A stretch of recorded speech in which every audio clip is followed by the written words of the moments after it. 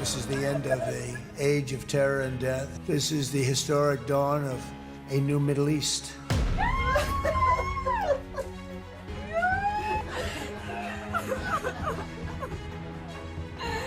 Hamas, today, they released 24-year-old musician and pianist. In exchange, Israel has released Nabil Abu Hadir, who murdered his own sister for suspecting she was an Israeli agent. Hamas today released Elchana Buchat, a 32-year-old party producer and musician. In exchange, Israel has released Bahar Badari, who in 2004 was responsible for a suicide terrorist attack. You want to talk about the IDF protecting innocent human life? Why don't we talk about the Hannibal Directive? The IDF has committed atrocities that I never thought I would ever see in my lifetime. I wish Hamas had been more tactful. It's not a question of them not being tactful enough. They committed one of the worst terror attacks in modern times. We've seen this show before. We know what's going to happen.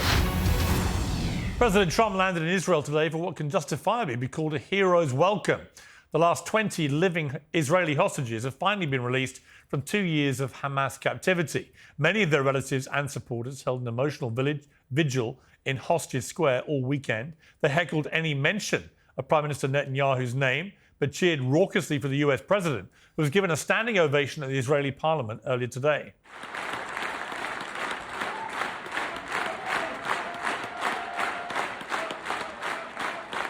This is not only the end of a war. This is the end of an age of terror and death and the beginning of the age of faith and hope and of God.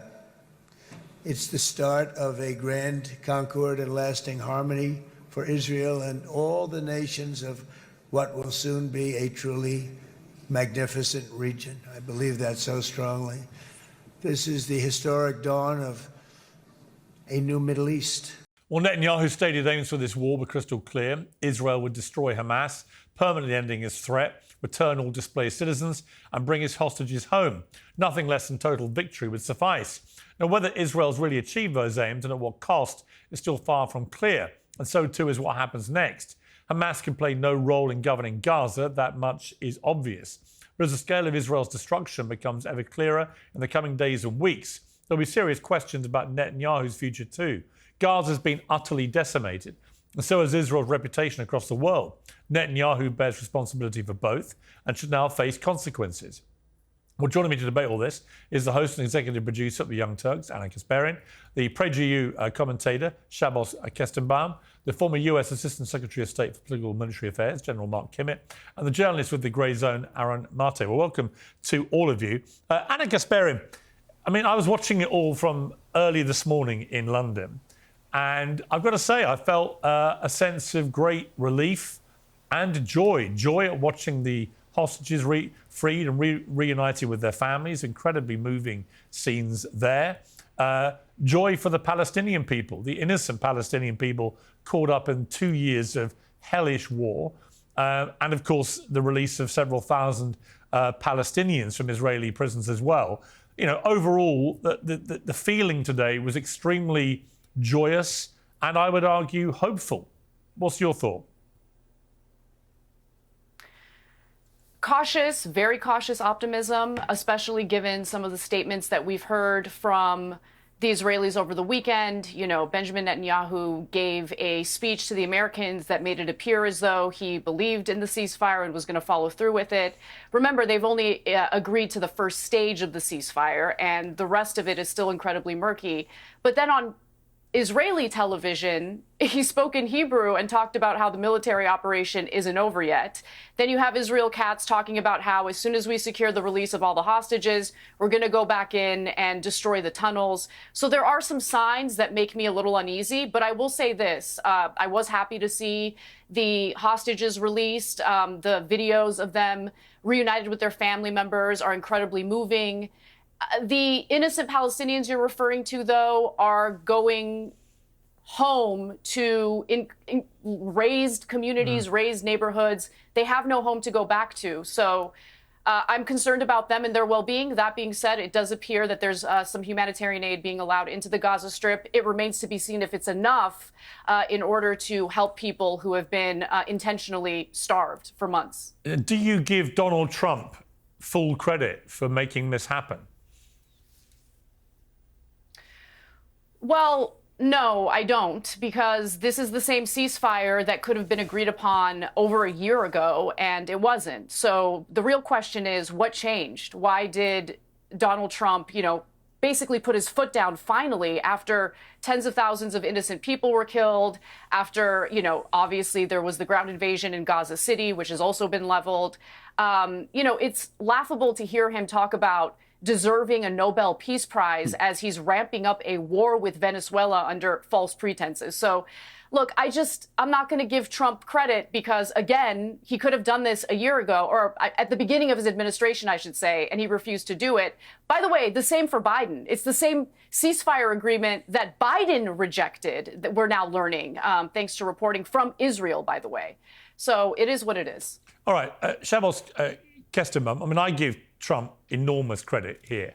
I think he's done something which I don't think any other American president at this moment could have done. He's brought Netanyahu to heel. I think the catalyst for it actually was the incredibly ill-advised attack by Israel on Doha when they tried to take out the Hamas negotiators, which was a failed mission.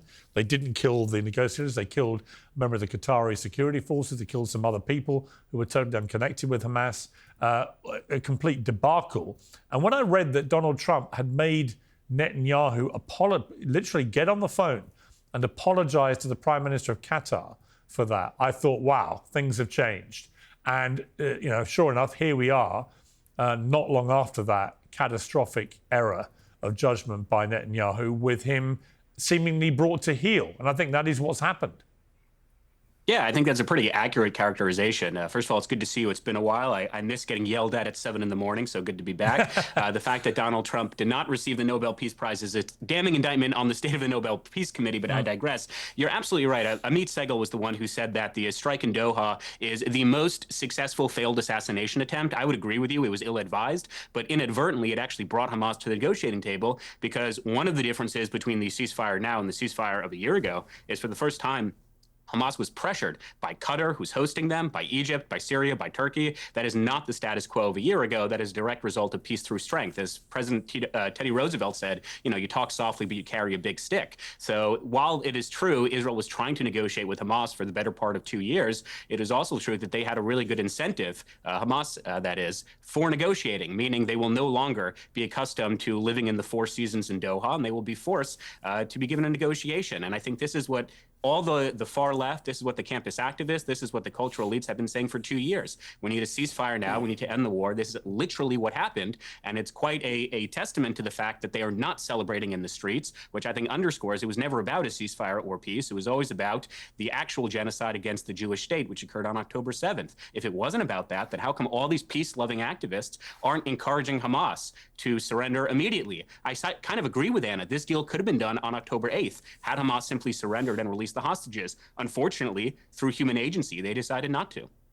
Yeah, General Kimmitt, from a military perspective, it seemed to me that the Doha attack backfired spectacularly for Israel, and it also enraged all the leaders of neighboring Arab countries.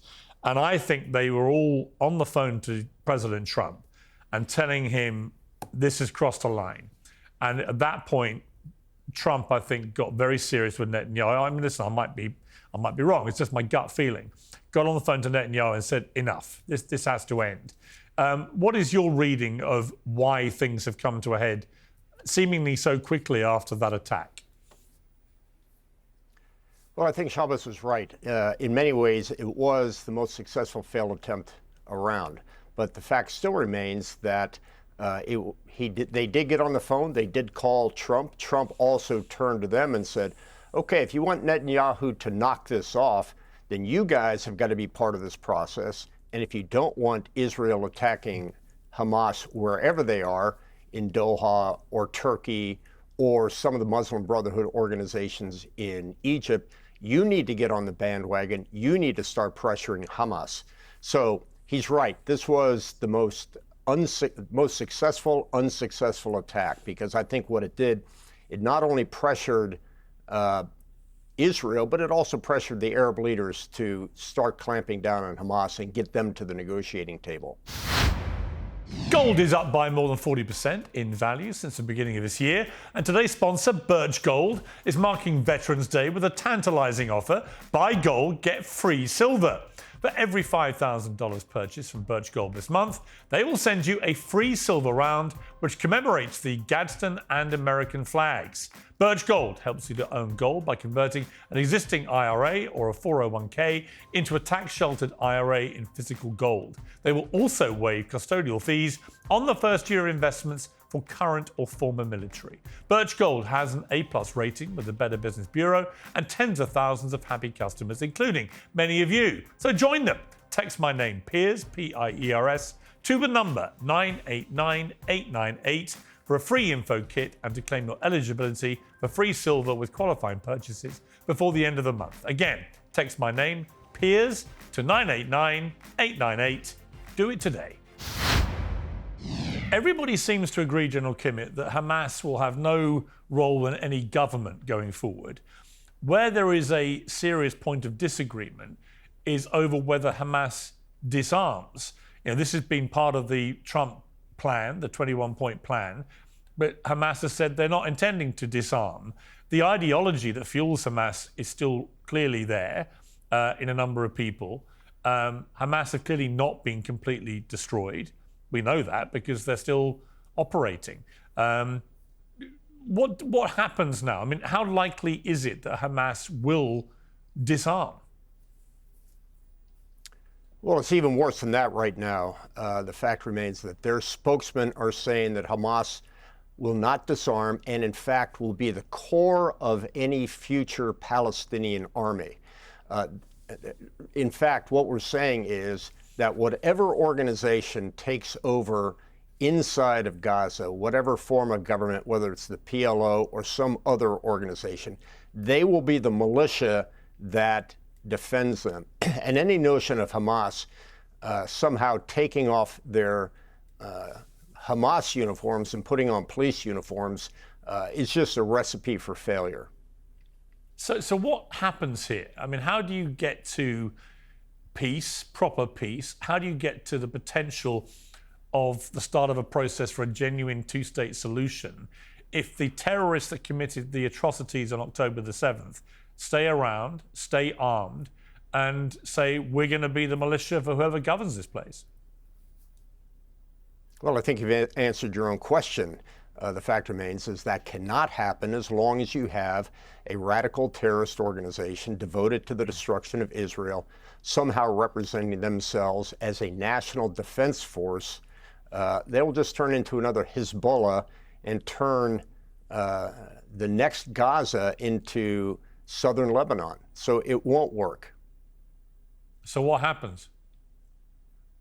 Well, I think we know, we've seen this show before. We know what's going to happen. Go on.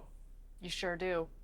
Well, I think we're going to see a continuation of military operations, special operations, until Hamas does, in fact, either disarm or, as has so often happened in the past, get on a boat and go to Tunisia or somewhere like that.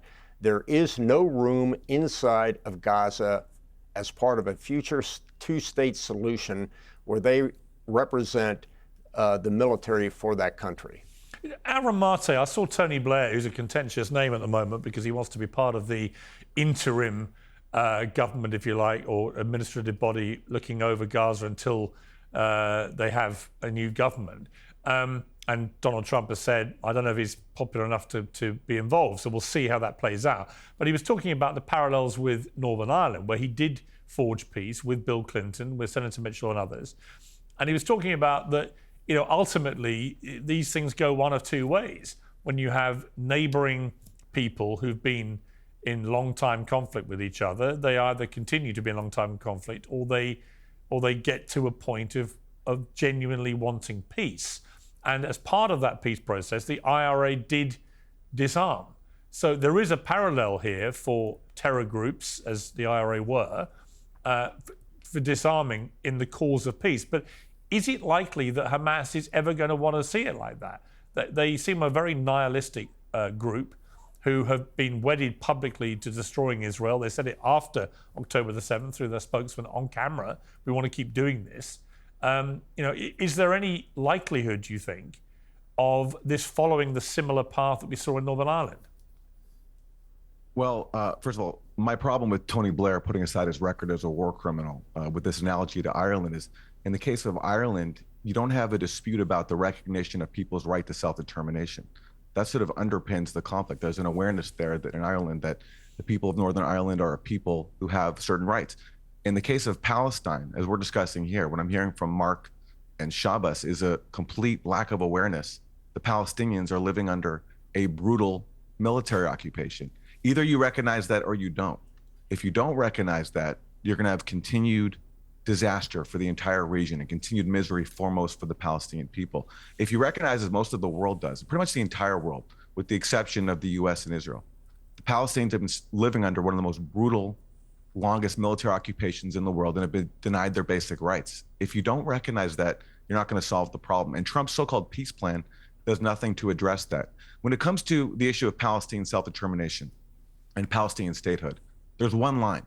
It says, we recognize Palestinian self-determination and statehood as the aspiration of the Palestinian people. If you recognize something as an aspiration, but not as a right, you have no obligation to grant it. And the message from Israel, if you listen to Netanyahu, is that there will be no recognition. And he has the full backing of the US in that. And that's not just a Trump thing. This has been bipartisan US policy for decades to reject the one thing that could solve all this is grant Palestinians their minimal right to freedom. And so in that context, people want to make this about Hamas and how they have no right to be there.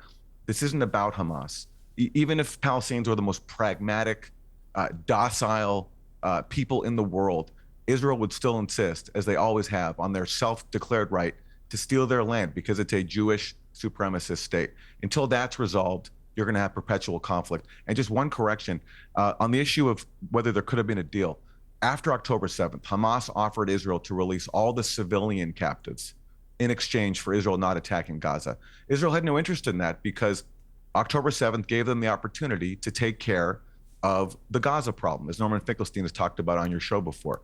Destroying Gaza, expelling as many people as possible. That's why Israel abandoned its own captives. And that's why, and Anna was correct to say, there was a deal on the table well over a year ago. Israeli negotiator Gershon Baskin, it was years of contacts with Hamas. He's confirmed this. Hamas accepted the exact same deal that was just accepted now. But the truth, I mean, you talk about a brutal occupation, and I don't disagree, but there's also been a brutal occupation of the Palestinian people by Hamas themselves.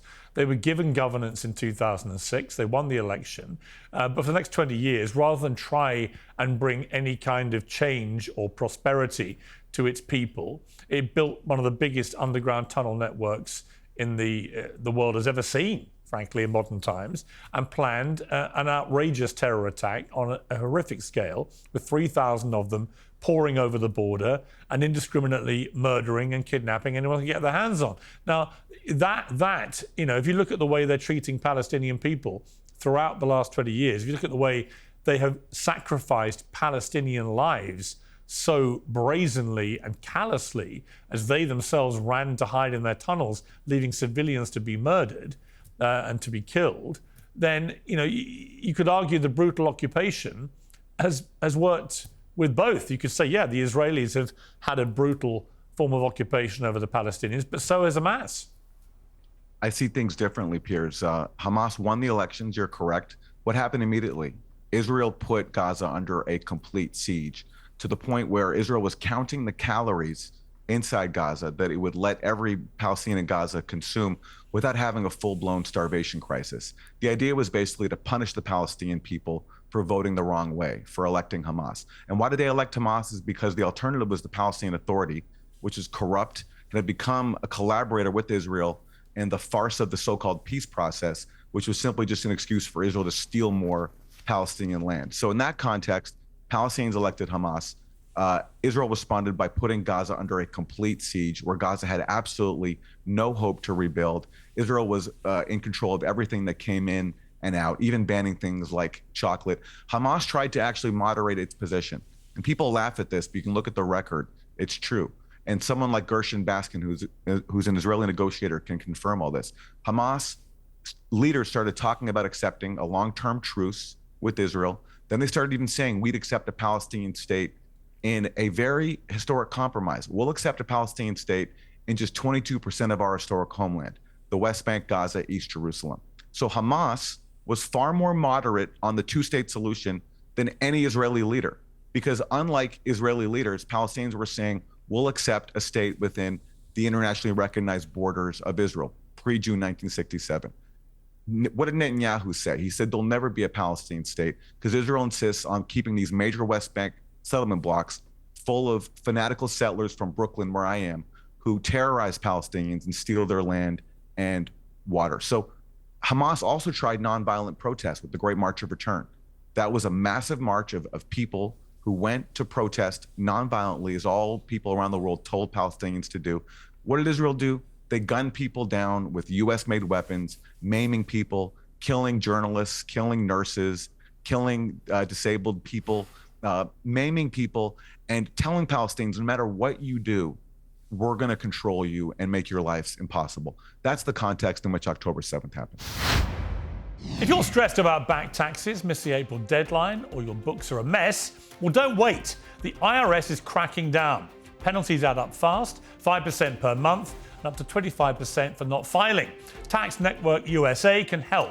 They've assisted thousands of Americans, from employees to business owners and people who haven't filed for years. They have direct access to powerful IRS programs and expert negotiators on your side. Tax Network USA knows how to win. You'll get a free consultation, and they may even be able to reduce or eliminate what you owe. So don't wait for the next IRS letter. Call 800-958-1000 or visit tnusa.com/peers. That's tnusa.com/peers for expert help on your taxes. Okay, just hang fire for a moment, my panel. I'm going to be joined now by the Palestinian Foreign Minister, Varsen Shaheen. Well, welcome to you, Minister. Thank you very much indeed for joining me. How do you feel today on a human level? What are your feelings? I have mixed feelings. I have cautious optimism. I'm happy. I am sad. I'm fearful. There's a lot of uncertainty. So all of that is going through my head. And I'm trying to find a way to say that I want to look at this positively, and I would like to take it as an opportunity so that we can move forward and make the best out of it in the path of a genuine peace for the entirety of occupied state of Palestine, whereby at the end of the game, we get our independence and the occupation is over with, because that's the end game. This is just a prelude to something that is bigger. And that needs to be reinstated right now from the very beginning with an end goal in mind, and that is end of occupation. And do you accept that Hamas can play no part in any government over people in Gaza going forward? Yes, and Hamas had said that very clearly. They said, we want no part in the governance of Gaza in the day after. And that's one of the rules that was put and made very clear in the letter of commitment sent by President Abbas to the world leaders. Hamas knows about it, Hamas approves of it, and we need to move as such. But what about this idea that Hamas are putting forward, that they will not lay down their arms, that they will become the military arm of any governing power in Gaza? It's very clear there's a consensus about the day after for Hamas. There's a Palestinian consensus, there's an Arab consensus, there's an Islamic consensus, and a worldwide consensus that if Hamas wants to be a part of the Palestinian political spectrum, it needs to respect the PLO's mandate, it needs to respect the agreement signed by the PLO, it needs to respect the vision that the PLO has for what Palestine would look like in the future. And that would entail one government, one administration, one constitution, one law, and one weapon. And as such, it can become a political party, but a non-militarized political party, because political factions are non-militarized, and they can be around the table, whether in the middle, in the left, in the right, they can be anywhere in that political spectrum, but it has to be one weapon. Tony Blair has been put forward as somebody who may be part of this interim administration authority in Gaza. Donald Trump, on Air Force One, seemed to cast some doubt over that. He said he would assess how popular Tony Blair is with the people in the region. What do you think about any involvement by Tony Blair? Well, Tony Blair is not the most popular in the region. And the issue is not just about the personalities, it's about the mandate. The mandate has to be very clear. The framework has to be very clear. It has to be time-bound, and we need to have a monitoring mechanism that would ensure that whoever is overseeing this process goes by whatever the mandate says and what the milestones say. That's the most important thing now. How much credit do you give Donald Trump personally for getting us to this place today? I believe Donald Trump had a lot to do with this, but he could have done it earlier. I mean, this war could have been stopped much earlier, and I would have liked President Trump to have intervened much earlier, but better now than never. So the credit goes to Donald Trump because he could do something others could not do, but the work starts now. It's not just about getting the signature around the agreement. The devil is in the details, and today we need to air out all the details that would take us closer to independence and the sovereign state of Palestine. I mean, Donald Trump made some interesting observations today, one of which is that this unrest in the Middle East is nothing new. It's been going on for centuries in different forms. And that there's a real chance now, out of the horror of the last 2 years, which is unprecedented in the region, that out of these 2 years of appalling warfare and terrible loss of life on both sides, that ultimately it could compel people to actually move to a place of genuine peace and prosperity. And he's got a picture of Gaza that people laugh at, of down the line it becomes a beach resort, and is prosperous and economically viable and has its own, kind of, not like Dubai, but you know what I mean? It becomes something very different to what it is now. I mean, people laughed when he said it, but is that not an aspiration which people should take a bit more seriously? I mean, wouldn't Gazans like one day to have that kind of life? Yes, of course, we would like Gaza and the whole of the occupied Palestinian territory to become a place that we would all love to live in rather than die in. And that would need a lot of work from the Palestinians, the international community. It would need a lot of technical assistance, a lot of funding. Everything today in Gaza is in shambles. And the situation is also alarming on the West Bank. So if we want to think about the occupied territory and the occupied state of Palestine today and aspire for a better future, we need to look at it as one integral part, not divorced from each other. And the plans should start today. We cannot wait much longer. After all this devastation for the past 2 years and for decades under oppression, Palestinians deserve a much better life. Varsen, Shaheen, I really appreciate you joining me. Thank you very much. Thank you. Let's go back to the panel. Shabbos, let me just get your reaction to that first off. Ultimately, whatever you want to call it, brutal occupation, Israel, doing what it's been doing for security reasons, however you want to phrase what's happened. What is indisputable is that the Palestinian people in Gaza have lived in a way which does not afford them the same human rights as its immediate neighbours in Israel. First, do you accept that? And second, do you accept that to ever get to proper peace, the Palestinians are going to have exactly the same human rights that you enjoy and I enjoy?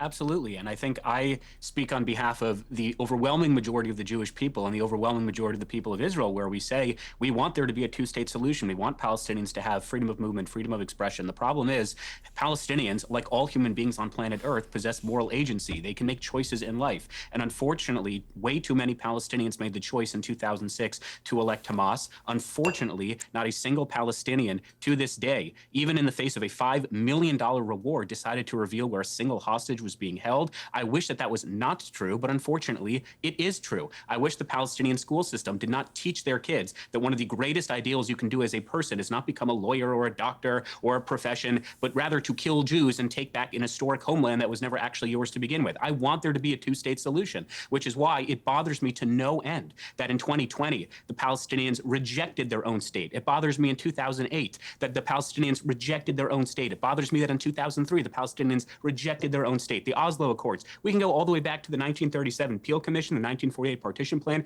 It bothers me to no end. So I want there to be a state for the Palestinian people, but it is also true that it is the responsibility of any head of a nation state to ensure the protection, safety, and security of their own populace, their own society. Bibi Netanyahu, or whoever the Prime Minister of Israel will be in the future, has one responsibility, and that is the protection of their own people, in the same way that the Palestinian Authority in the West Bank and Hamas in Gaza have one priority, and that is the protection of their own people, which again, it bothers me that Hamas, given the fact that they were given $50 billion in international aid since 2000, they were given more aid per capita than the Germans were given under the Marshall Plan. They have not built a single bomb shelter. They have not built a single school that is free of political and religious indoctrination. That bothers me to no end. But still, the Jewish people, as we pray 3 times a day in synagogue, we pray for peace. We pray for there to be a two-state solution. And I know Anna does not like when I speak for too long because she thinks I filibuster. So I'll close by saying 20 more seconds. You do. Today, Hannah, wait. I'll say this. Hamas, today, they released Alon Ahel. I wrote this down so I wouldn't forget. A 24-year-old musician and pianist. In exchange, Israel has released Nabil Abu Hadir, who murdered his own sister for suspecting she was an Israeli agent. Hamas today released Elchana Buchat, a 32-year-old party producer and musician, a married and father of a 4-year-old boy. In exchange, Israel has released Bahar Badari, who in 2004 was responsible for a suicide terrorist attack which killed 11 Israelis, including 2 Muslims. So I wish that that was not the case. I wish the Palestinian people would rise up against the Islamic dictatorial regime of Hamas. Unfortunately, that has not happened. But nevertheless, Israel puts a priority of life over death, something that Mohammed Dif, one of the commanders of Hamas, used to say was one of our weaknesses, that we loved life, whereas he loved death. But nevertheless, we will continue to fight for peace in all the ways that we can. And that's why I'm so proud to be Jewish. I'm so proud to honor the 915 Muslim and Christian and Jewish soldiers of the Israel Defense Forces who, in the midst of unprecedented adversity, have taken as many means as possible, more unprecedented means than any other Western country, to defend innocent life, both in Israel and in Gaza. Today's show is sponsored by Oxford Natural, makers of the Optimum Day and Optimum Night all-natural supplements. Thousands of Brits and Americans are already taking them with incredible results. Optimum Day boosts your energy and supports weight loss throughout the day. Optimum Night helps you relax and get deep, refreshing sleep. They have countless success stories, including from some very familiar faces. England legend Michael Owen, who lost 40 pounds. AFTV's Robbie, who lost more than 100 pounds. To watch their full stories and many more, scan the QR code on your screen or visit oxfordnatural.com/Piers. And here's the best part. Use the code Piers and get 70% off your first order. Yes, 70% off with the code Piers. Well, Anna, can I first of all commend you? Oh my God! Commend Are you you for really your... going to let him? They leveled Gaza. They literally have 10,000 people missing in Gaza right now as we speak, presumed dead, trapped under the rubble. Over the weekend, they recovered over 200 bodies. You want to talk about the IDF protecting innocent human life? Why don't we talk about the Hannibal Directive and how many Israelis the IDF shot and killed on October 7th? This is something that Yoav Gallant, the former military minister for Israel, foreign defense minister, came out and said that did happen. We would rather not allow Hamas to take these hostages and use them as leverage. By the way, that's the same Yoav Gallant who, after October 7th, said that the Israelis should not negotiate for the release of the hostages and instead engage in a military operation in Gaza, which is what they did. They have leveled the Gaza Strip. There's nothing for these Palestinian people to go home to. And you want to talk about how the Palestinians and Hamas have rejected offers for a two-state solution after the clean break memo, after Netanyahu made abundantly clear that he would not allow for the formation of a Palestinian state, after the fact that every effort at creating a two-state solution was undermined by the Israelis. They don't want a two-state solution. The Likud's founding charter pursues the greater Israel project. They want that land. They're going to pursue that land. They're going to steal that land. And look, I am hoping that there will be lasting peace. But I'm also smart enough to pay close attention to what's going on in Israeli media. And based on what's being said in Israeli media, it does not appear as though there's going to be a lasting ceasefire. And I'm worried about that.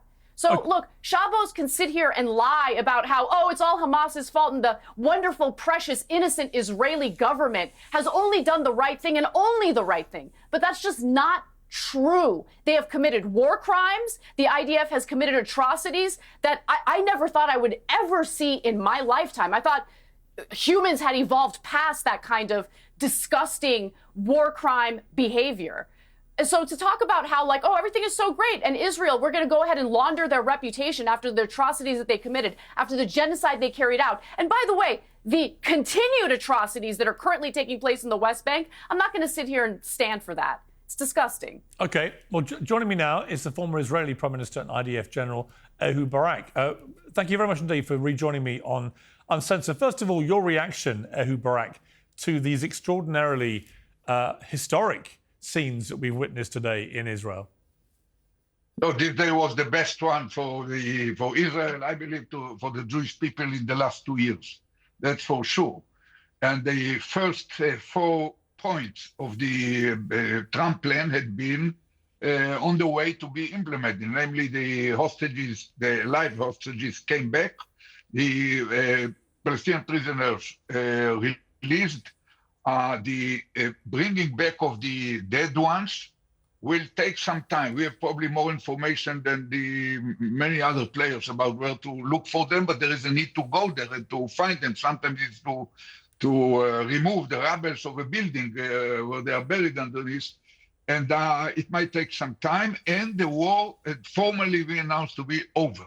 Now the next 16 points are not that simple as everyone understands. I think the major element that dictated the success of the stage until now was the determination of Trump to make it happen without diving into all of the details, because the contour was clear. He basically bent Netanyahu like a rubber doll. He dictated to Netanyahu everything. There is a show and hugs and compliments, so on. But basically, Netanyahu cannot stand his pressure. In the past, he used to defy Obama or Biden because he has the option of entering into American politics and start to raise tensions there with the Republicans. That's not there anymore. The Democrats are very angry at him, and key opinion leaders among Republicans, think of Steve Bannon or Tucker Carlson or Joe Rogan, are criticizing Netanyahu very forcefully. So Netanyahu has no choice but to follow. The other success of Trump is bringing Turkey. So Hamas doesn't have a room for maneuver. They have the Egyptians, the Egyptians don't like them, the Emiratis don't like them, Saudis don't like them, but they have to accept their role. The Emiratis, Saudis will finance the reconstruction, the Egyptians holding the oxygen pipe of the Gaza Strip. So, and now that they have both Qatar and Turkey, they have nowhere to go, so they agreed. But the reality is that they agreed for a long time. For a year ago, they already said, we understand we cannot stay in power in Gaza after the war. The reality is the 7th of October 23 created a compelling imperative to Israel to make sure at whatever price that Hamas will never reign over the Gaza Strip and can threaten Israel. But the solution is exactly the one which is now we start to emerge, namely an inter-Arab / Muslim force entering, taking control in the streets, technocrats government, Palestinian bureaucracy with affiliation to Ramallah, to the Palestinian Authority, financing of construction by Saudis and Emiratis, and this force, the inter-Arab force, creating gradually over a year or 2 a new Palestinian security force that can get the weapons, the light weapons, or part of them. It will never be fully clean from weapons, but part of them from the Hamas. And Israel should have only only two conditions. Number one, not a single individual who participate in this massacre or in the military wing of Hamas can take part at any organ of the new entity. And number two, the final withdrawal, the final step toward the border will be implemented only when all the pre-agreed security kind of milestones will be met. That's the vision. The wider vision of Trump is quite inspiring, to use this, the kind of cunning of history. The last 2 years were a big drama for both sides, very painful. And in history, we have seen more than once the cases where it turned into an opening to change the whole paradigm by which publics and mainly leaders on both sides think. So there is certain inspiring option here, but devil is in the details. If the inter-Arab force will be organized along the next 2 quarters, it won't work. It should be completed in few weeks and enter into before a new dynamic where Hamas become happy once again with his military control, make it more obstinate. It should be immediate. I think that the idea to bring Tony Blair on the top of some advisory board made of foreigners with certain authorities and the tailwind from the international community is a very good idea. He understands the area. He's probably not the ideal people in the eyes of Palestinians, but the Palestinians doesn't have a lot of room here. They basically enjoy the grace of the rest of the world to give them an opportunity to join. And if it goes with the determination of and attention of Trump, that might be get blurred a little bit after the recent decision in Oslo. But I hope that in the Israeli parliament he heard twice that in Israel we believe that the right way is to recommend him for next year. Let's complete the whole job and get him the Nobel Prize. He highly admired now in Israel. Netanyahu tries to ride on this wave of satisfaction among Israelis and make a U-turn from the one who, disagreement, even the present kind of a blurred definition, go head on with his promises. There is a path to Palestinian state. Hamas leaders can remain in Gaza by just making a verbal statement that they turn to peaceful behavior or something like this.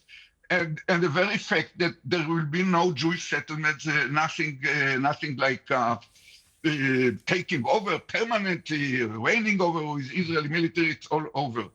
So it's tough moment for Netanyahu. I hope that he will be replaced. I argue for many months to both Jews and Gentiles, for people of the free world and the leaders, to realize that Netanyahu and Israel are not the same. And the behavior of the Netanyahu government and the security and strategic interests of Israel are not the same. You can be a devoted supporter, associate of Israel, or kind of a reasonable critics of its behavior without accepting the policies of Netanyahu. Fascinating, Ehud Barak. I didn't want to stop you or interrupt because actually, given all your experience of running the country, I thought that was a fascinating overview of where we are, and I'm grateful to you for coming on Uncensored. Thank you very much. Thank you. We can go back to the panel. General Kimmitt, I mean, I really found that really interesting to hear that from Ehud Barak, particularly at the end when he said that there should be new leadership in Israel, that Netanyahu is not the right guy to get to proper peace here. What did you make of that? Well, I mean, that's a decision for the people of Israel to make. I'm often reminded of Winston Churchill, who was thrown out of office after helping win the Second World War. So there comes a time when every leader of every nation has proved his usefulness, and not only does the country want to move on, they want to move on with new leadership. I mean, look, they're saying the same thing about Trump. You can say whatever you want about President Trump, but the fact remains his critics, if President Trump pulled a drowning baby out of the ocean, his critics would accuse him of starving the sharks. There comes a time when the leaders have to move on. You know what? People will laugh at that, but that is so true. I took on Bernie Sanders yesterday because I looked at his feed on X. He's a very active poster. And in the last 7 days, he's posted 16 anti-Trump sentiments, right? But he hasn't mentioned what may turn out to be one of the most consequential deals in Middle East modern history. He hasn't mentioned it. It's like it hasn't happened. And the reason he hasn't mentioned it, General Kimmitt, is he cannot bring himself to say anything positive about Donald Trump. And so he'd rather ignore this extraordinary global event unfurling on everyone's television screens. He'd rather just pretend it isn't happening because he would feel compelled to say something nice about Trump. And that is how ridiculous the Trump hysteria and derangement syndrome has got with people. Well, right. And then there's this other group who makes this fatuous argument about, well, this should have happened long ago, but President Trump didn't want to do it long ago. It's ridiculous. Having been involved in diplomatic negotiations when I was in government, it's literally confirmed. Sometimes it is simply that the moment is not there. All the pieces need to fall in place. Whether 2 years ago, a year ago, Hamas was not ready, or Israel was not ready, or the international community was. The pieces have all got to come together before you can come up with an agreement. And this retrospective fantasy argument, it's great to say because it's unprovable. Oh, this could have happened 2 years ago. Again, blaming Donald Trump for starving the sharks. It's a ridiculous argument. And it's an easy argument because. Are you saying that an Israeli negotiator who was part of the negotiations is just making it up? Or is that what you're saying? So the Israeli negotiator who was in on these negotiations, are you saying that he's making it up? What I'm saying is, I'm not sure Hamas agreed with him, but the fact remains is it's an unprovable assertion, and one data Hamas point accepted the doesn't ceasefire, prove your argument. even during the Biden administration. Okay. I hope that makes you feel better. No, but tell me, I just want to know, it doesn't make me feel better, actually. I just want to know, do you think the Israeli who Aaron Maté referenced earlier, who said that Hamas had accepted the ceasefire deal even under Biden. Thank you, Aaron. Under Biden, even Biden rejected it. The biggest obstacle to that ceasefire, which could have been achieved literally over a year and a half ago, okay, was Israel. They did not want to stop the war in Gaza. And in fact, they continue raining terror on Palestinians in the West Bank. Like, do we live in a fantasy world? Like, what are we doing here? Can we at least acknowledge reality? And if you love Trump, you love Trump. Go ahead and love Trump as much as you want. I don't really care. But I want the facts to remain. I want the facts to be aired on this broadcast instead of pretending as though Trump has been like this great peacemaker. By the way, as Israel continues fighting a seven-front war, as Trump himself, with his administration, plans for ground operations in Venezuela as we speak. Like, what are we doing here? Well, what we're doing, surely, Anna, you don't have the diplomatic record to stand behind your assertions. I'll leave it at that. Do you have a diplomatic record? What's your diplomatic record? This isn't What's about your diplomatic record. Tell me. Among other things, I negotiated the end of piracy operations that were off the coast of Somalia, which saved hundreds of innocent people from being kidnapped. The country we're still bombing. We've been bombing for like decades. Okay. Can I say something, Piers? Listen, all right. None of our records have any bearing on the. None of our records as individuals have any bearing on the actual record of Israeli-Palestinian diplomacy. And as myself and Anna have been pointing out, you can listen to people like Gershon Baskin, an Israeli negotiator, who pointed out that more than a year ago, Hamas accepted the exact same terms that were just accepted now. That's just a fact, no matter our own individual background. And you also had, and I said this earlier, according to the families of Israeli hostages, a spokesperson for the family said this very early on. Within a few days, Hamas offered to release all the civilian captives that they took on October 7th if Israel did not attack Gaza. But Israel's higher priority was not its own people, it's not peace, It was Jewish supremacy. Well, I don't think there's any country, Aaron, Palestinians- I don't think there's any country in the world that would not have attacked a neighbor who had launched that scale of terrorist attack on its people. I mean, as people keep reminding everyone, statistically, it was the equivalent of somebody murdering 40,000 people in the United States, right? The idea the United States, if one of their neighbors did that, would not have launched a ground attack very quickly is for the birds, as it would be if it was England and France or Germany or Spain, or whichever one it is.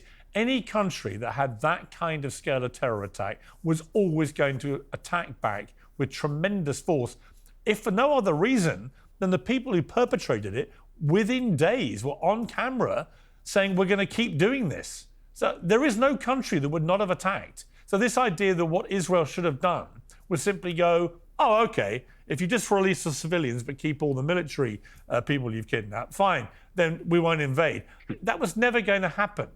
And I think it's very naive to suggest that this is anything different to what any other country would do. My issue with Israel is what went on this year in particular, that the starvation, the blockade, the invasion of Gaza City, the relentless attacks on already decimated areas, and the fact that so many innocent children were being killed because of the uniquely under 18 makeup of 50% of the population. You know, it became completely intolerable to most right-minded people in the world, the scale of what was going on. But to go back and suggest that within days or weeks of October the 7th, what Israel should have done to an enemy wedded to its destruction, who has repeatedly, since the attacks, and we're going to keep doing this, would not have attacked with great force, everyone would have done that. And if they wouldn't have done that, their people would have drummed them out of office. Here's my problem with your argument is that you're presuming two things I think are false. One is that Israel is a normal country like other states, and two, that there's parity here. Israel is not a country living in peace with its neighbors, and the Palestinians just disrupted all that on October 7th. Israel was waging on October 6th one of the most brutal and longest running military occupations in the world, which it refused to end, which it had multiple opportunities to do. And contrary to the revisionism we've heard in this interview from people like Shabbos, that the Palestinians were offered this great peace deal and they turned it down. No, Israel's never risen to the level of offering Palestinians the absolute minimum, which is a contiguous state in the West Bank, Gaza, East Jerusalem, which, by the way, as I pointed out, Hamas has accepted. Hamas previously tried. Arafat was offered it. Arafat was offered an unbelievably good deal. Historically, people will say that was the moment. Bill Clinton, I've interviewed Bill Clinton several times about this, and he's absolutely clear, as are the Israelis, that deal was on the table and Arafat walked away. Piers, listen, we can go into that record. There's a great new book by Robert Malley I have here. He worked for Bill Clinton. He was his negotiator. And he points out that what Bill Clinton said is just not true. Palestinians were never offered that. That's why Shlomo Ben-Ami, who was Ehud Barak's foreign minister, who you spoke to earlier, who was at Camp David when that so-called generous offer was made, Shlomo Ben-Ami said, if I were Palestinian, I would have rejected Camp David as well. Because contrary to all the spin, including from people like Bill Clinton, Palestinians were never offered a contiguous state in the West Bank and Gaza. They were offered a Bantustan state where they could live in little cantons surrounded by major Israeli settlement blocks that make Palestinian life impossible. And even Hamas, if you look at their charter, they revised their charter. I wish they'd been even more forthcoming than they were, but the fact is they were more accommodating on the issue of the two-state solution than any Israeli across the spectrum. And by the way, on the issue of Netanyahu, Ehud Barak said earlier that Israel's not Netanyahu. Okay, it's a nice message, but look at the polls. Most Israelis support ethnic cleansing in Gaza. But if you look at the booing, he got the other day, that was pretty loud and clear message from many of the Israeli people. Let's take a look. I mean, this is Netanyahu being booed by his own people. To Prime Minister Benjamin Netanyahu,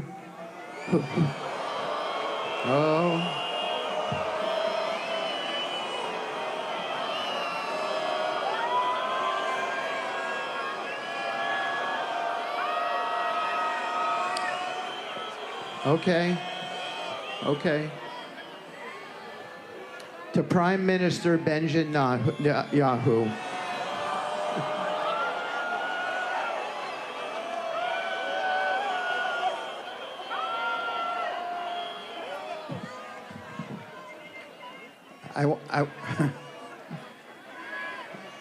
Okay, let me just finish my thought. I mean, Steve Witkoff could barely speak. The booing was so deafening. That is not a populace that is at one with its prime minister. Quite the opposite.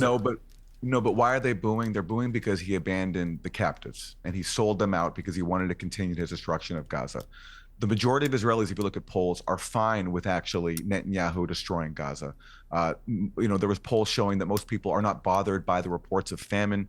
Most Israelis support ethnic cleansing, and that's why we have a problem here. Is because this is a fanatical society that embraces Jewish supremacy. And so Shabbos saying before he's proud to be Jewish. Right now, I'm upset to be Jewish right now. I'm upset that in my name, a genocide was perpetrated. An entire people have been under occupation for decades with no end in sight to their suffering. And here in the US, you have people being censored, constantly canceled because supporters of Israel claim to feel unsafe by merely people protesting genocide. And you also have in Israel, and this is the most important thing, Benny Gantz, the former defense minister, who's now in Netanyahu's opposition, he recently wrote that there's a national consensus inside Israel that there will be no Palestinian state.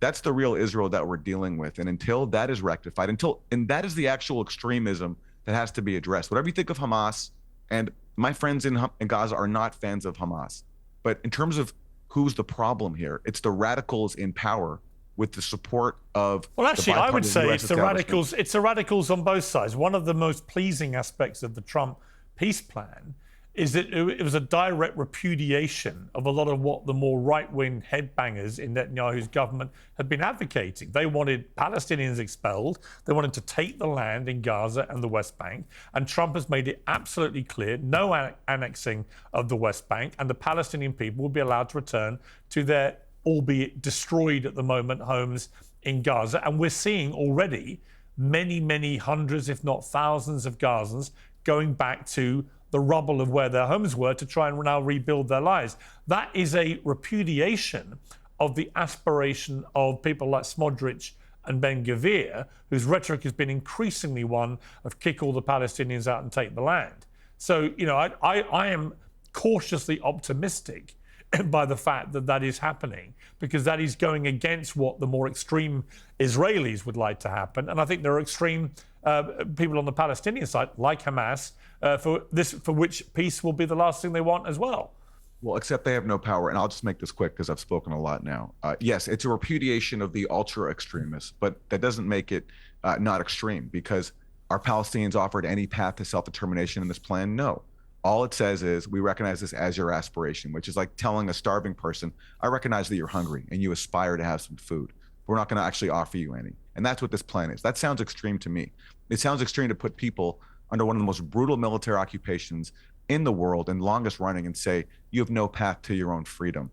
And that has been the premise of all this. And so just going back to your original point to me, in terms of what Israel should have done on October 7th, again, we're not talking about a normal situation of neighbors living side by side and one person attacks another. You're talking about an occupied people, desperate, under siege forever. They've tried nonviolent protest. They've tried to accept the two-state solution. Nothing works. October 7th was an act of desperation. It was a disaster for the Palestinians especially, because it gave Israel the opportunity to do what it's always wanted to do, which is destroy Gaza and push out as many Palestinians as possible. In terms of what Israel should have done, Israel didn't have the right to fire a single bullet into Gaza. It had the obligation to end the occupation and the siege, and then negotiate a peace that recognizes Palestinians. Yeah, but that's where we disagree, because what you're ignoring there is that it was literally in Hamas's original founding charter, which they changed. They changed. Okay, but their original stated, it's also meaningless. Their stated aim was to destroy Israel, and their clear stated intention on October the 7th was to kill or kidnap as many innocent Israelis as they could get their hands on. So you're dealing with a nihilistic terror group who created a tunnel system for 20 years to hide in, to sacrifice their own people when the shooting started. So I don't deny for a moment that there was an occupation of the Gazan people that should never have been happening. But I also don't deny for a moment that Hamas wanted to destroy Israel and everything it stood for. And so, this is a more nuanced picture than I think you want to give it credit for. But look, I've got to bring in a very quickly respond to that. In the charter of Netanyahu's party, Likud, which is from 1977, it's also in their charter that from the river to the sea, there will only be Jewish sovereignty. Okay. Has anybody asked Netanyahu to change his party's charter? The difference is his party has power. They're one of the most sophisticated and powerful armies in the world, backed by the world's top hegemon. Palestinians living under occupation, besiegement, have no power at all in this equation. I wish Hamas had been more tactful. I wish the Palestinians could have come together and have a unified position. I wish their leaders. I wish their leaders. I wish their leaders. I wish their leaders. Aaron, let's be clear. It's not a question of them not being tactful enough. They committed one of the worst terror attacks of modern times. What's tact got to do with it? They chose to start a fight that they couldn't win. And I wish they had recognized that personally, because this was always what Israel wanted. They gave Israel a huge opportunity. But again, if you have no options, Piers, if you're living in a concentration camp, if your occupier says, it doesn't matter what you do, whether you protest nonviolently or not, whether you change your charter. Well, they were given many billions of dollars, and they had a choice to make as to what to do with that money. Now, Netanyahu's hands are all over the way that money was funneled to them, and he'll be held accountable for that, I'm sure. Yep. But the reality is, the Hamas took those billions and they squandered it in the most self-interested and the Palestinian people manner imaginable. They built a tunnel system where they would hide themselves and save their own lives when the troubles that they were about to started, and the Palestinian civilians and kids would be blown to pieces in the inevitable retribution that would come from Israel. It was a very deliberate tactic, which, maybe it backfired, maybe it didn't. If you're Hamas, you probably think mission accomplished, right? You goaded Israel into the most extreme overreaction, which has made them despised by much of the world. You might think, if you're a Hamas commander with their nihilistic view, that this is mission accomplished. But the idea that they should have been more tactful, I think, is to really to massively downplay what they did that day. It was a grotesque terror attack. Anna? Piers, since you brought up the issue of Netanyahu facilitating the funding of Hamas, are you at all concerned about what's currently going down in Gaza with the militias that Netanyahu confessed to also facilitating the funding of, who are concerned now by all of it, because look, just to be clear, I think Netanyahu was operating a deliberate divide and rule strategy between Hamas and the Palestinian Authority, and he thought he could manage that. That's right. And he propped up Hamas intentionally. I think he wanted to have Gaza and the West Bank separated politically by two groups and try and foment a distrust and hatred between the two groups. And that was his plan all along, which backfired spectacularly. Look, the reason I think Netanyahu is going to face a massive tornado of accountability, not just has he got a criminal corruption case to face, but he also has to be made accountable for allowing this to happen on his watch. The Mossad is supposed to be the most intelligent intelligence agency in the world, but didn't know 3,000 members of Hamas were about to charge over their border and attack their people. They didn't seem to know they had this, the world's biggest tunnel system and so on. There is so much inexplicable stuff that's happened here that Netanyahu will be held accountable for, and I suspect the Israeli people will hold him accountable at the ballot box and they'll vote him out of office. We shall see. I will take a short break. I'll come back to the panel. Not everyone was happy to see President Trump today. The historic speech was disrupted by two far-left politicians. Here's what happened. להוציא את חבר הכנסת הזה, להוציא אותו מהאולם, להוציא אותו מיד, החוצה, החוצה, החוצה. להוציא גם את חבר הכנסת כסיף, להוציא את חבר הכנסת כסיף מהאולם, להוציא אותו מיד.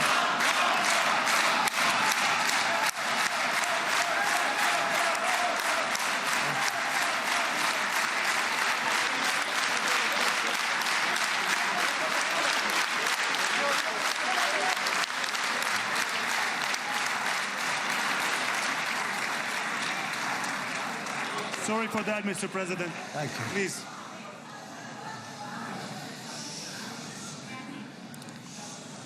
That was very efficient. Well, joining me now is Ofer Cassif, who represents the Communist Hadash Party, was one of the protesters ejected from Knesset. Welcome to you, Mr. Cassif. Why did you do what you did today? because President Trump was a part and parcel, a complicit in the ongoing genocide that Israel pursued in the Gaza Strip. And today to refer to him as if he was the savior of the Palestinians and mainly of the Israeli hostages, that's simply a sheer lie.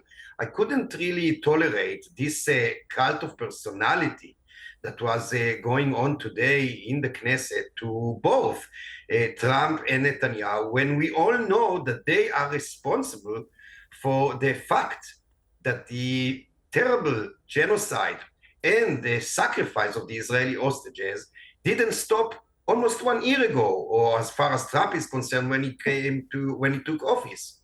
That could be prevented, but he didn't want to. And so we had to say something about it. This is a day of joy, I must say. This is a day of joy. We supported the families of the hostages when we wanted and we struggled for the hostages, as well as to end the genocide. But this joy is mixed with pain and sadness, to which Trump is responsible too. We cannot ignore that. Well, President Trump came to office. The inauguration was in the third week of January this year. And by the end of September into early October, he has managed to secure the release of all remaining hostages, and he's ended the war. You know, many would look at that historically and say that actually that's an extraordinary achievement, that the failure, if you want to call it that, came on Joe Biden's watch when there was no containment at all of Netanyahu in terms of what he was doing in Gaza. Donald Trump appears to have correctly, in my opinion, but forcefully brought Netanyahu to heel and made him finally stop the bombardment of Gaza, and has got the hostages released, and 20 of them are still alive. That is a remarkable achievement. But you seem to prefer to sully the achievement, sully the moment and the joy of the moment by blaming him, Donald Trump, for the actions of your own Prime Minister. No, I do not blame him for the actions of the Prime Minister of Israel. I blame him, or say that he's responsible to a great extent, that the Prime Minister of Israel and the government of Israel could pursue and could violate the agreement. Let's not forget, first of all, let me say that I totally agree with you about what you said about Biden's administration. No doubt about that. But we must again pay attention to what really was. We cannot deform reality and the truth just because it's easy today. I do not say that about you. I said that about many members of the Knesset who participated in this, forgive me, orgy of cult of personality, which I really cannot accept, whoever the person is. But again, there was an agreement already. The agreement was consisted of a few stages, and the second stage could set free many of the hostages and to stop the carnage in Gaza.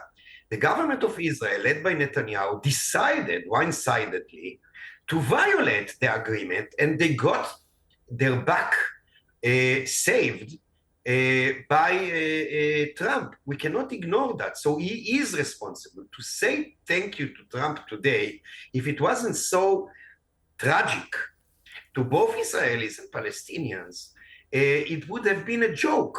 Because it's like saying, it's like that I, pushed you, perish the thought, from the upstairs, push you down and run very fast downstairs to catch you, and then I say I saved you. That's exactly the metaphor for what was going on here with Trump. He's responsible for the continuation of the sacrifice of the hostages, as well as the genocide in Gaza. Since March up till now, thousands of Palestinians in Gaza died because of that, and who knows how many hostages and Israeli soldiers also were killed because of that. They could have been saved. We should never forget that. Ofer Cassif, I appreciate you joining me. Thank you very much. Thank you very much. All the best. Go back to the panel. I mean, Shabbos, he makes some points there which are certainly worth considering. Well, I think the greatest point to make is that Israel mirrors America in the sense that it is actually a democracy. Can you think of any other country in the Middle East whereby you can interrupt in an actual proceedings with a prime minister of your sovereign nation and a president of the United States and start interrupting him and it does not lead to anything other than death? I mean, try doing that in the streets of Tehran, although they did try, and many of them were decapitated, mostly for showing their hair outside of a hijab. So this underscores that Israel is a thriving democracy. In terms of the substance of his argument, and I think the argument that my other panelists have been making is just simply not true. I mean, Anna brought the conversation of Israel Katz, the minister, talking about how they're going to have to bomb Gaza, and that's clearly an affront to the peace accord itself. So unlike Anna, I actually do speak Hebrew, and I read the original tweet in Hebrew, and he explicitly states that we will continue, if necessary, to dismantle the, quote, Hamas terror tunnels, which is not only Israel's prerogative to do, that is literally part of the Trump 20-point peace plan.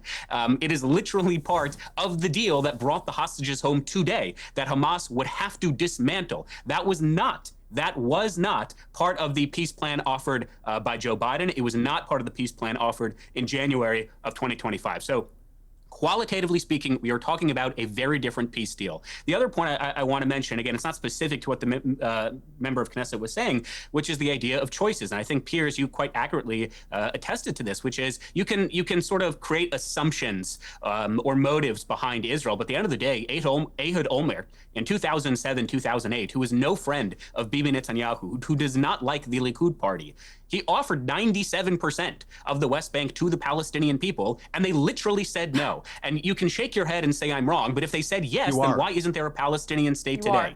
I believe that there should be a state for the Palestinian people. I believe that there should be harmony and coexistence, but you can't do that when you have individuals like, for example, Ismail Haniyeh, who would repeatedly state that we would do October 7th again and again and again. When you have individuals like Yahweh Sinwar, who repeatedly state that food that comes into Gaza should first and foremost be given to fighters in the tunnels. And if need be, women and children should be sacrificed at the altar of our glorious martyrs. You cannot do that when you are living next to a Only person Israelis like can do Ismail that to Haniyeh. Palestinians, Hang on. right. Like Ismail, try not to interrupt. I know it's hard, but do your best. You can't do that when you have people like Hassan Nasrallah, who had stated for years it would be great for all the Jews to move to Israel, because in his own words, it would be so much more convenient to kill you in one location than having to hunt you down country to country. So yes, I believe in peace. I also believe in reality. And when you, Aaron, when you talk about how Israel is not a normal country that is not living side by side with its neighbors, Israel signed a peace deal with Egypt in 1979. They have not been at war with Egypt since. Mind you, Egypt also bombed Rafah and Gaza in the early 2000s, but I digress. Okay. And I wish that one day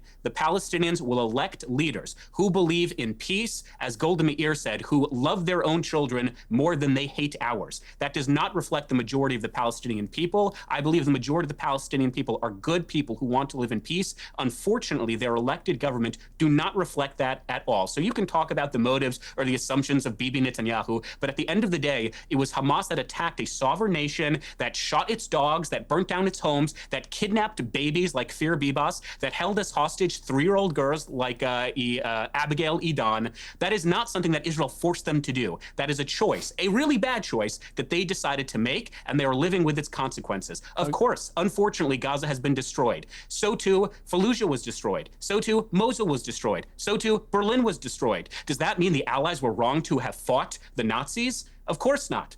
Even though there were more Germans, far more Germans killed than the Americans. What it does mean is there are consequences to actions. All right. I want to give the final word briefly to Anna, because we've got to wrap up. Anna. I just want to say, you know, even with all of the various individuals that Shabbos listed off, whether it's Yahya Sinwar or anyone else, they're all dead. Yet you still have Israel talking about Hamas and what a threat Hamas poses. And it's because they still exist. Of the fact that Israel carried out these military operations in Gaza, destroyed the Gaza Strip, which, what do you think that does? That multiplies Hamas militants, that radicalizes people. Because let me tell you something, if every single member of my family were killed by a government, if my neighborhood was razed by a foreign military, that would radicalize me too. It's common sense. But you know what? I almost feel like that's the whole game that Israel is playing as we speak. Because at the end of the day, it's an expansionist project. They want to steal the land. And I guarantee you this isn't over. They're going to continue pursuing land theft, not just in Gaza, but also in the West Bank. That's currently happening right now as we speak, while everyone is giving, Netanyahu and Trump plaudits for their peace deal. There is no peace as long as we continue supporting the terroristic welfare state of Israel. Period. Israel is trying to expand its territories, and why is it that they gave Gaza back in 2005? Shabbos, we run out of time. I would simply say that I think we need new leadership on both sides, Israelis and the Palestinians. New, fresh leadership with fresh thoughts who are actually wedded to a peaceful solution and not wedded to just hating each other and being at war with each other. But, we'll see what happens. Thank you to my panel. Excellent debate. I really appreciate it.